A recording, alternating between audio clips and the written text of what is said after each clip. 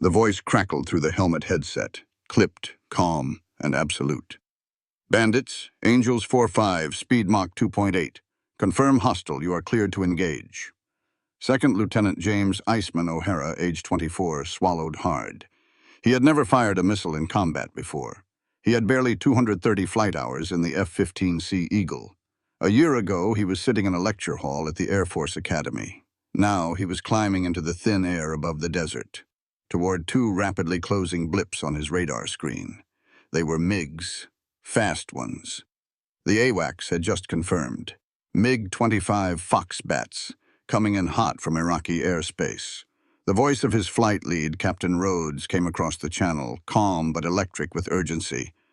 Maintain lock, don't break climb, let the radar do the work. O'Hara did as trained. The F-15's radar, the AN/APG-63, held a tight beam on the lead target. At this altitude, the thinner air made every motion feel sluggish. The Foxbat was climbing too, a delta shape moving like a dagger through space, but he wasn't maneuvering. 35 miles, 28, 19. O'Hara's thumb hovered over the trigger stud on the stick. The AWACS call came again. You are weapons free. Repeat, weapons free. He fired. The AIM-7M Sparrow launched off the F-15's fuselage with a sharp hiss. It streaked upward into the darkness, leaving a thin trail of white vapor. 4 seconds passed, then a flash. The blip disappeared from the screen. On the ground in Baghdad, a Soviet advisor inside an Iraqi Air Defense command bunker stared at the radar feed and blinked. One moment, the MiG-25 was tracking high. The next, it was gone. No Mayday, no ECM, just a vapor signature and a vanished aircraft. He turned to his Iraqi counterpart and asked, low and stunned, "How many hours did that American have?" The Iraqi officer replied after a long silence, "They said he was a rookie." That single missile shot, fired by a pilot barely a year into his career, would become the first confirmed MiG-25 kill of the war. And it was only the beginning. Because what Soviet advisors in Baghdad were about to witness over the next few days would unravel everything they believed about air combat. That speed wins, that vertical altitude grants invincibility, that rookies can't beat aces. They were wrong. The MiG was built for altitude. The doctrine said rookies panic at 45,000 feet. The Soviets had trained hundreds of pilots to exploit that. But in 1991, altitude wasn't a shield. It was a stage. And on that stage, two rookies with clean helmets and clear radar screens pulled the trigger and rewrote the rules of modern air combat. Inside the Baghdad Defense Coordination Center, where Soviet advisors and Iraqi officers shared cold tea and crowded radar screens, one assumption ruled the airspace like gospel. Altitude is supremacy. That belief wasn't born overnight.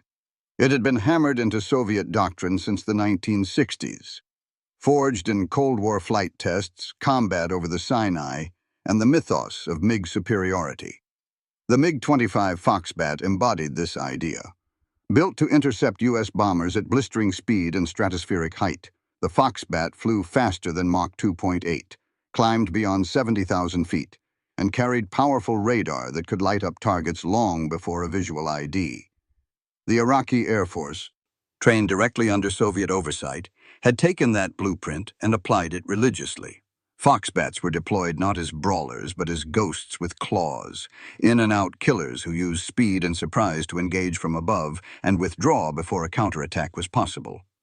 And it was assumed that rookie pilots, especially American ones, wouldn't have the reaction time or confidence to match that kind of vertical aggression. Soviet advisors had studied American flight culture and pegged it as over-reliant on technology and high command. In their minds, raw pilot skill, honed through repetition and strict discipline, would always outmatch a kid with 200 hours and a HUD. So, when the U.S. launched its first air patrols near the Saudi-Iraq border, Soviet analysts watched the radar with quiet amusement. Let the rookies climb. Let them try to match the MiG-25 at 45,000 feet. The MiG would see them first, strike first, be gone before the Eagle even fired. Or so they thought. But the Americans were flying with a different understanding of air combat, one that didn't rest on altitude or instinct. Their doctrine revolved around information dominance. The AWACS circling high above served as all-seeing eyes. The radar within the F-15 wasn't just a scanner, it was a weapon in its own right. And their missiles, the AIM-7M Sparrows, weren't launched in desperation. They were fired with surgical logic. Radar lock first, confirm range, verify trajectory, fire and guide. None of this looked heroic from the ground, which is why the Soviets missed the danger entirely. To them, rookies were supposed to panic, to break formation, to lose situational awareness. But these American kids didn't, because they weren't flying alone. They were part of a larger system, one that whispered into their ears from beyond the battlefield, painting targets and predicting moves before the MiG pilot even knew he was being hunted. When the MiG-25 vanished from the radar screen, Soviet advisors leaned in. There had to be a glitch, a jam, a malfunction. No rookie shoots a MiG-25 out of the sky. But the kill feed was confirmed, debris photographed, AWACS logged, strike validated. And suddenly the room full of assumptions about speed, height, and Soviet superiority grew very, very quiet. Soviet air combat doctrine, refined over decades and enforced with unflinching rigidity, was a creature of altitude, velocity, and centralized control. At its core was the belief that the sky could be commanded from the ground. Fighter aircraft in the Soviet system didn't act autonomously. They followed ground-controlled intercept, GCI orders relayed from radar operators and command posts. From the moment a pilot took off, his arc, altitude, and engagement protocol were dictated by personnel far below, a method designed for control, not creativity. The MiG-25 was designed for that system. Its role was clear: climb fast, reach altitude, strike quickly, retreat. Speed was the defense, altitude was the advantage.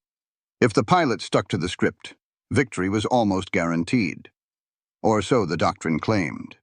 In contrast, the U.S. approach had evolved in a radically different direction by the 1980s. American air combat doctrine still taught dogfighting fundamentals, but it had embraced something more powerful: decentralized autonomy supported by total situational awareness. American pilots didn't rely on GCI. They flew with AWACS uplinks, long-range radar, and internal command freedom. A U.S. pilot could assess threats independently, break formation when needed, and fire at will, because they were trained not just to obey, but to decide. This shift was revolutionary. While Soviet MiG pilots were taught to react within a script, American pilots, and even rookies, were taught to think in a dynamic battlespace, where information flow was more powerful than airspeed. And that thinking extended into the F-15 itself. The Eagle wasn't just a fighter. It was a sensor shooter platform, one that could track 20 targets simultaneously, switch engagement priority mid-flight, and fire semi-active radar missiles guided by onboard targeting, not by external commands. Soviet doctrine hadn't adapted. In fact, it couldn't.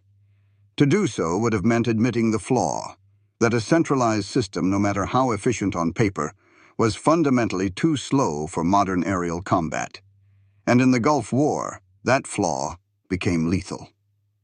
The MiG-25 sent to intercept American patrols flew fast but rigid.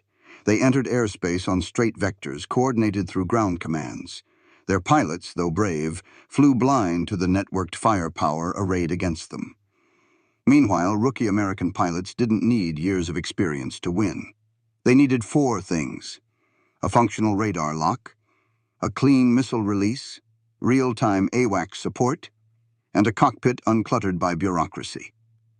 The moment those conditions were met, the rest was mathematics. This was not Top Gun. This was not dogfighting in turns and loops. This was digital warfare at 45,000 feet. And for the Soviets, watching from the Iraqi command bunkers, the shock was immediate and unrelenting. Because their doctrine wasn't broken by elite pilots or secret weapons, It was broken by two rookies who had simply followed the new playbook. January 19th, 1991. 45,000 feet above the Saudi-Iraq border. The MiG-25 was accelerating through the upper edge of the stratosphere. Its pilot, a senior Iraqi captain trained by Soviet instructors at Tikrit Air Base, had climbed at full power to intercept what his radar showed as a pair of F-15s. His orders were clear: test their resolve, harass the patrol, break their rhythm. He was confident. His jet was faster, his altitude higher. And according to every Soviet training manual, that meant he held the advantage. Down below, inside an orbiting E-3 Sentry AWACS aircraft, the American controllers tracked the situation in real time. The MiG was burning hot, its trajectory locked. The speed, Mach 2.5, impressive but predictable. Two F-15s, code call signs, Apache 2-1 and Apache 2-2, began to climb. Apache 201's pilot was Captain Rhodes. Apache 2-2, Lieutenant James O'Hara, the rookie. O'Hara's radar display locked the MiG at 38 miles. The signal was strong. The target was climbing but not maneuvering. He checked his range gate. The MiG was within parameters. He held radar lock, missile tone active. Apache 2-2, Fox 1, he said, releasing the AEM-7M Sparrow. The missile launched and arced upward with quiet elegance. It wasn't a dogfight. It wasn't even a chase. It was a calculated kill. 10 seconds later, the MiG-25 vanished from AWACS. Iraqi radar registered a sudden loss of contact. The pilot never ejected. The wreckage was found 40 miles east of the engagement zone. No visual contact had been made. No maneuver had occurred. The MiG, flying exactly as trained, had been vaporized by a rookie with 230 hours of flight time, most of it in simulations. Inside the Iraqi command bunker, a Soviet advisor stood from his chair. He had just watched the entire exchange on a split radar console. The MiG had flown a textbook intercept, but the Americans had seen him first, locked him first, and fired without hesitation. Another advisor muttered, "He wasn't even supposed to have a shot at that altitude. The MiG should have been untouchable." But he wasn't. Because what no one on the Soviet side had expected was the fusion of systems that made the shot possible. The F-15's radar didn't just detect. It tracked, predicted, and corrected. The AWACS didn't just relay enemy movement. It provided context, feeding real-time data into a network that let even rookies operate like veterans. O'Hara hadn't panicked. He had followed procedure. He had trusted the machine. And the MiG, once feared as the apex predator of the high-altitude sky, had become prey. From the Iraqi side, disbelief turned to panic. If a MiG-25 could be killed that easily, what else could they lose? And in that moment, the myth of high-altitude invincibility, the idea that speed and vertical dominance were enough, began to crack. Because for the first time in history, an air war was being fought and won before the enemy even saw the battlefield.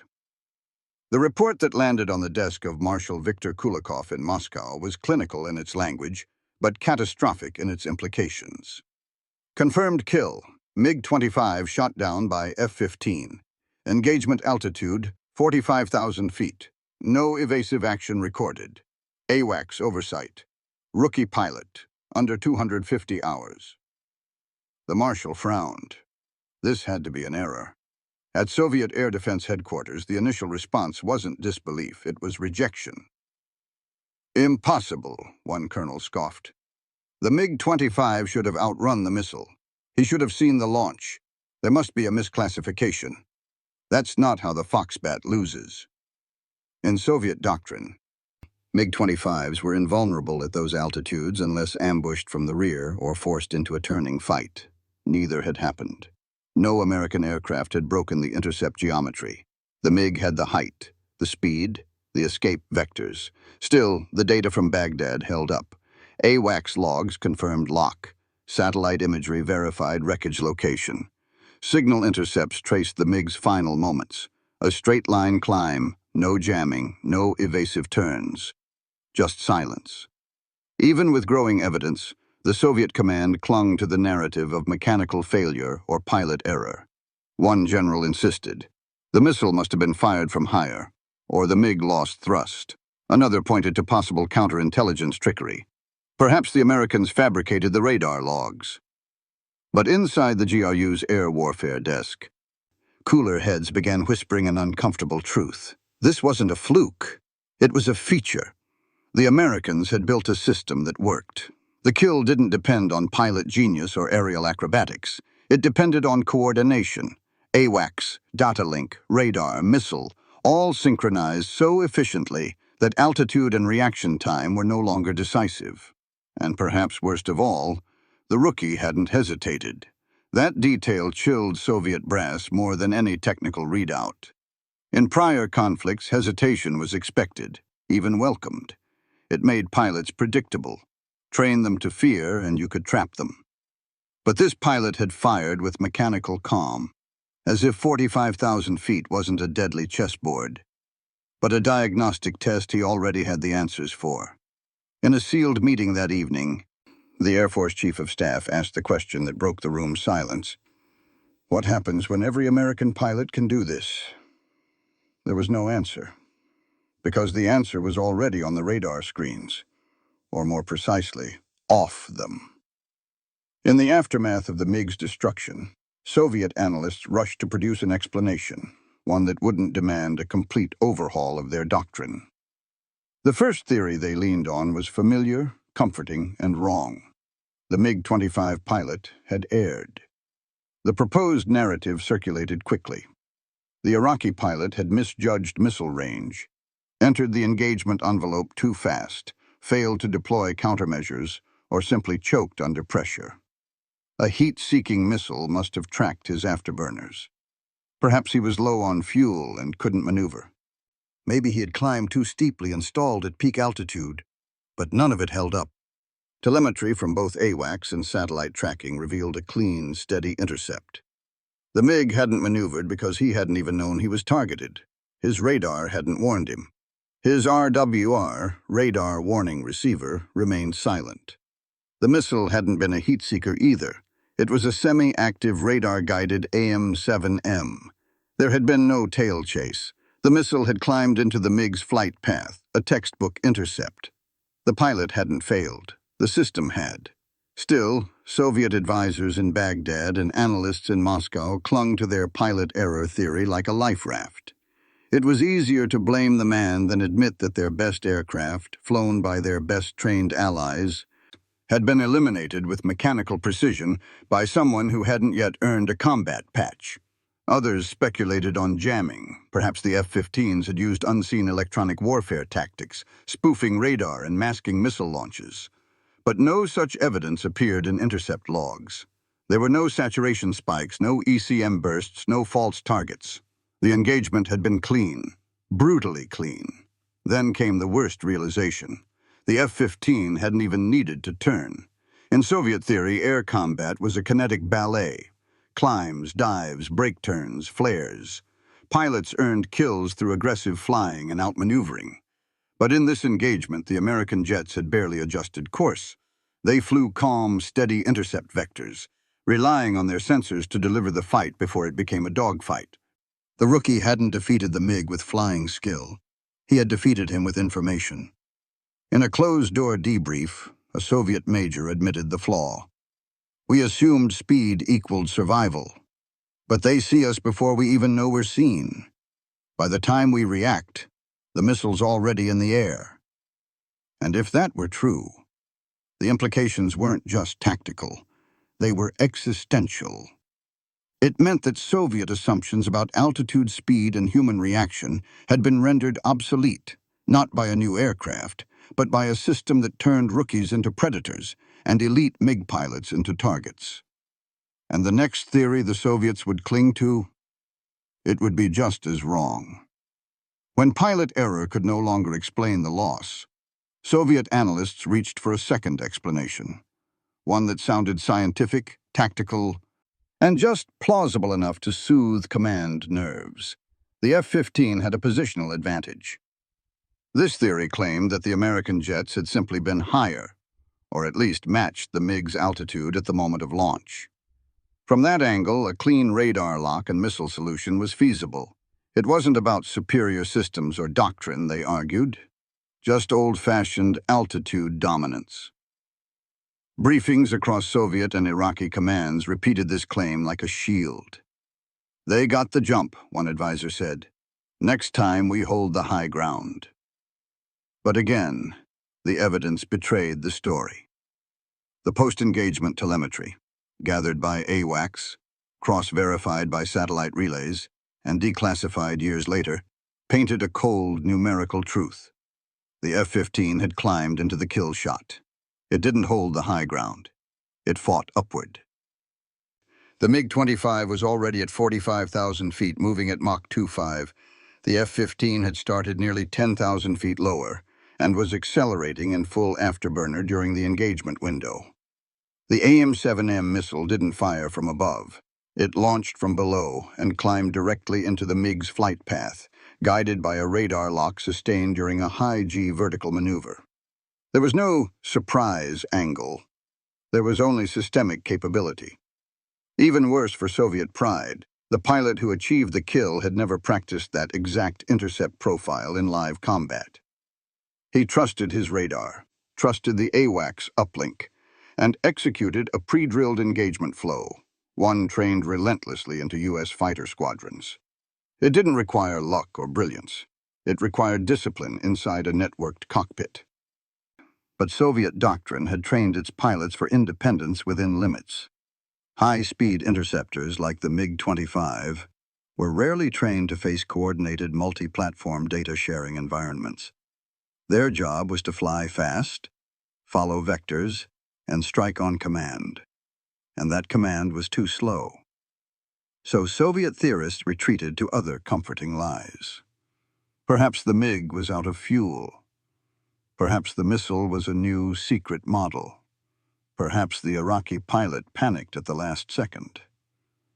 Every theory was tested, except the one that mattered, that the American pilots had mastered something the Soviets had dismissed for too long: integration. The F-15s weren't just well-positioned. They were positioned by a system that saw the battlefield in totality, a system the MiG-25 was never designed to survive in. One Soviet analyst, reviewing radar logs in Baghdad that night, broke rank. His voice was quiet. "They don't need altitude. They don't need surprise. They just need data. And time." For a second time, Soviet belief cracked. The sky wasn't theirs anymore, and worse, maybe it never had been.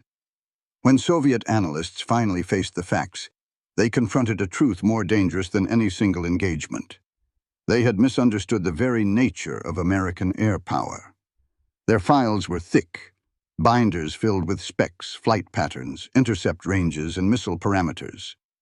Soviet intelligence had tracked the F-15 since the 1970s, from its first test flights in the Mojave to its early deployments in Europe. They knew its radar range. They knew its speed and thrust-to-weight ratio. They had even simulated missile engagements against it in mock dogfights using MiG-23s and MiG-29s. And still, they failed. Because while they studied the aircraft, they had ignored the ecosystem it flew in. The Americans didn't just build planes, they built systems, tightly woven webs of sensors, uplinks, data relays, and human-machine coordination. And they trained their pilots not just to fly, but to think inside that network. Soviet intelligence had underestimated this at every turn. First, they dismissed the AWACS advantage. While the E-3 Sentry was acknowledged as a threat, it was considered a high-value support platform, not a real-time combat amplifier. In practice, AWACS turned every U.S. fighter into a node in a battlefield-wide sensor grid, enabling pilots to see threats far beyond their onboard radar range. Second, they failed to grasp the tactical significance of the AIM-7M software upgrades. The latest Sparrow wasn't just longer ranged, it could be mid-course corrected via radar data, allowing it to engage maneuvering targets even if the launch geometry wasn't perfect. Soviet files still treated it as a limited semi-active missile from the 1980s, not the digitally enhanced predator it had become. Third, and most damning, they misread American pilot training philosophy. Soviet advisors taught their own pilots obedience and repetition. American pilots were trained for initiative inside a protocol, encouraged to make split-second decisions within a framework built on trust. Trust in their radar, trust in their missile, trust in their AWACS controller. That distinction shattered Soviet assumptions.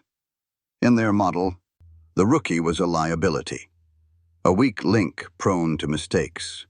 In the American model, the rookie was a fully functioning part of a larger machine, empowered by data and supported by real-time awareness far beyond the canopy. And nowhere was this failure more obvious than in the Iraqi skies. The MiG pilots, no matter how fast or brave, were operating blind. Their radar coverage was spotty, their commands delayed, their doctrine rigid. Every American F-15 pilot, even those on their first deployment, flew with a godlike view of the battlefield. They didn't need to guess. They had already seen. One GRU colonel, reviewing combat data weeks later, made a chilling admission in a closed memo. The system we studied was not the system that fought, because what the Americans had built wasn't just superior. It was invisible to Soviet models of analysis. They hadn't predicted it. They hadn't understood it. And now, they couldn't stop it. The F-15 that killed the MiG-25 wasn't alone. It never had to be. Because by 1991, the United States wasn't fielding aircraft anymore. It was fielding integrated kill chains. At the heart of the system was the E-3 Sentry AWACS. Orbiting far from the battlefield, these radar giants weren't just airborne controllers. They were battlefield routers, absorbing electromagnetic data across hundreds of miles, sorting it and feeding it in real time to every aircraft in the network. And that network was tight. Each F-15C Eagle in Desert Storm carried a data link receiver synced to AWACS. This meant that even rookie pilots flying low had access to top-down intelligence that gave them near-complete battlespace visibility. But that was only part of the architecture. Back in Riyadh, USAF Air Command fused satellite recon, SIGINT intercepts, and even psychological ops into mission planning. Every sortie was constructed like a software routine. Threats logged, patrol corridors timed, strike windows optimized to the second. And the F-15? It wasn't just a jet. It was a firing node, designed from the frame up to do one thing better than anything else: dominate the air. Its radar, the AN/APG-63, could track 20 targets simultaneously and prioritize threats automatically. Its fire control system handled launch geometry and missile programming. Even rookie pilots only needed to follow prompts: radar lock, missile tone, fire, no dogfighting, no guesswork. Behind them, tanker aircraft stood by in fixed loops, coordinated down to fuel flow schedules. SEAD flights flew parallel missions to suppress SAMs. EA-6B prowlers jammed communications across target corridors. And every fighter, even those on routine patrol, flew with AWACS-fed threat overlays in their helmets and HUDs. It was total warfare, run like a server. So when a MiG-25 crossed the border, the system didn't react emotionally. It pinged the contact, calculated the vector, and assigned the closest platform, in this case an F-15 crewed by a rookie, to eliminate it. And that platform responded within protocol, without hesitation. The missile hit, the kill registered, and the MiG never knew what had happened. To the Soviet mind, this kind of system was alien. Their air defense relied on vertical hierarchy, orders flowing downward, response times lagging seconds behind awareness. Their pilots were trained for independent engagement based on visual ID or ground vectoring. Coordination existed, but it wasn't fluid, it wasn't real time. That's why the MiG lost. Not because the pilot was weak, not because the jet was bad, because he was out of the loop. The American loop moved faster, and it didn't need experience, just bandwidth and discipline. One U.S. colonel summed it up later. In our system, a rookie becomes a killer the moment he joins the net. Soviet strategists couldn't believe it. They had spent years training elite pilots, refining intercept procedures, upgrading MiG radars. And none of it mattered when a 24-year-old lieutenant, supported by a radar truck in the sky and a missile guided by live data, could reach up and swat a MiG out of the stars. In the new warfare, dogfights were obsolete. Skill mattered, but systems won. And America's system wasn't just advanced, it was scalable, reliable, and, worst of all for Moscow, repeatable. February 7th, 1991. Western Iraq. Dawn had barely broken when radar contacts began appearing on AWACS screens. A flight of 4 Iraqi MiG-29 Fulcrums climbing to intercept an American strike package. They were fast, armed, and guided by Soviet-trained controllers operating from hardened bunkers outside Al-Qaim. In theory, this was the Iraqi Air Force's elite. Experienced pilots, flying the USSR's most modern fourth-generation fighter. What followed wasn't a battle. It was a live-fire demonstration of American system supremacy. 4 F-15Cs patrolling as a combat air patrol KIAP wedged northeast of the incursion path received vector data from AWACS. The MiGs were climbing to 32,000 feet. The Eagles were already in the perfect intercept corridor. No course correction needed, just throttle, radar lock, and readiness. The F-15 lead pilot, a captain on his second deployment, called out, 4 bandits, locking 1 through 4. His wingman was a first-time combat flyer, a pilot who had never once seen a live enemy aircraft in the sky. None of that mattered. In less than 90 seconds, the Americans launched 4 AIM-7M Sparrows. 1 missile failed to guide. The other 3 found targets. The final MiG, attempting to flee on afterburner, was chased down and destroyed by an AM-9 Sidewinder at visual range. From the moment of contact to the final kill, the engagement lasted just under 2.5 minutes. No American aircraft was touched. No evasive maneuvering was required. The MiGs, flying good vectors, using their radar, trying to apply their training, were simply outdated by design. They had no AWACS, no data link. Their cockpit picture was fragmented, relying on ground controllers who were seeing only part of the sky and seeing it too late. Worse, 2 of the MiG-29 pilots were confirmed to be veterans of the Iran-Iraq War. The F-15 pilot who scored the final kill had 187 hours of flight time. Soviet advisors watching from Iraqi radar stations were silent. The entire event played out like a drill. The Iraqi jets had been processed, not fought. After the engagement, the Iraqi Air Force withdrew nearly all MiG-29s to rear airfields. Most never flew again.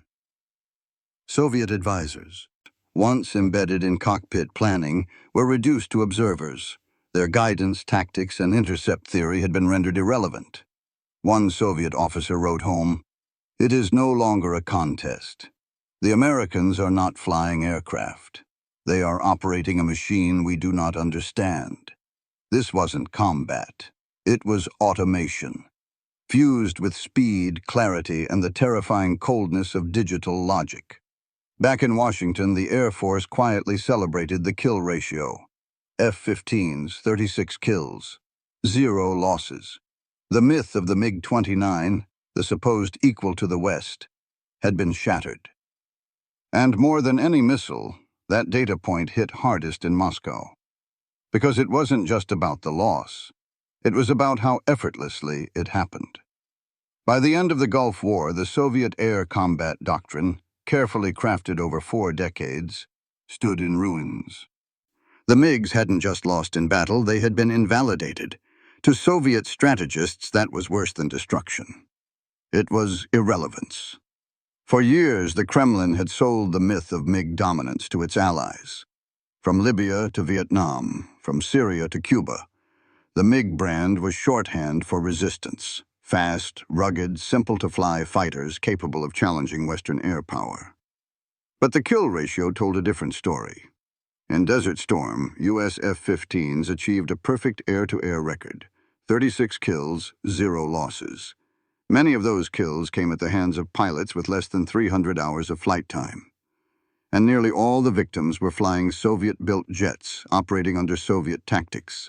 guided by Soviet-trained controllers. Soviet planners had assumed the MiG-29 would be a counter to the F-15.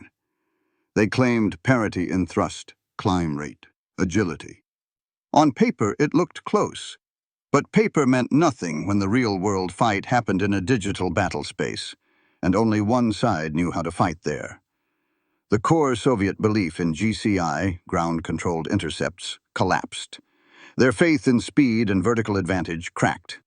But deeper still, the ideological foundation, that man was at the center of the kill chain, was obliterated. In the American model, man was just one node in a system, and that system had evolved faster. Even the psychological effects were staggering. Soviet allies in the Middle East began rethinking procurement. Egypt accelerated its pivot toward American hardware. Gulf states began replacing Soviet-era defenses with NATO-standard systems. Nations that once hung MiG posters in their military academies now hung F-15s. Inside Russia, post-Soviet defense officials held quiet reviews. The phrase that emerged again and again in internal documents. We were overmatched by systems, not pilots. The very thing the Soviet Union had prided itself on, producing the world's most disciplined, skilled, and adaptive pilots, had become irrelevant. The fight had moved beyond instinct and into infrastructure.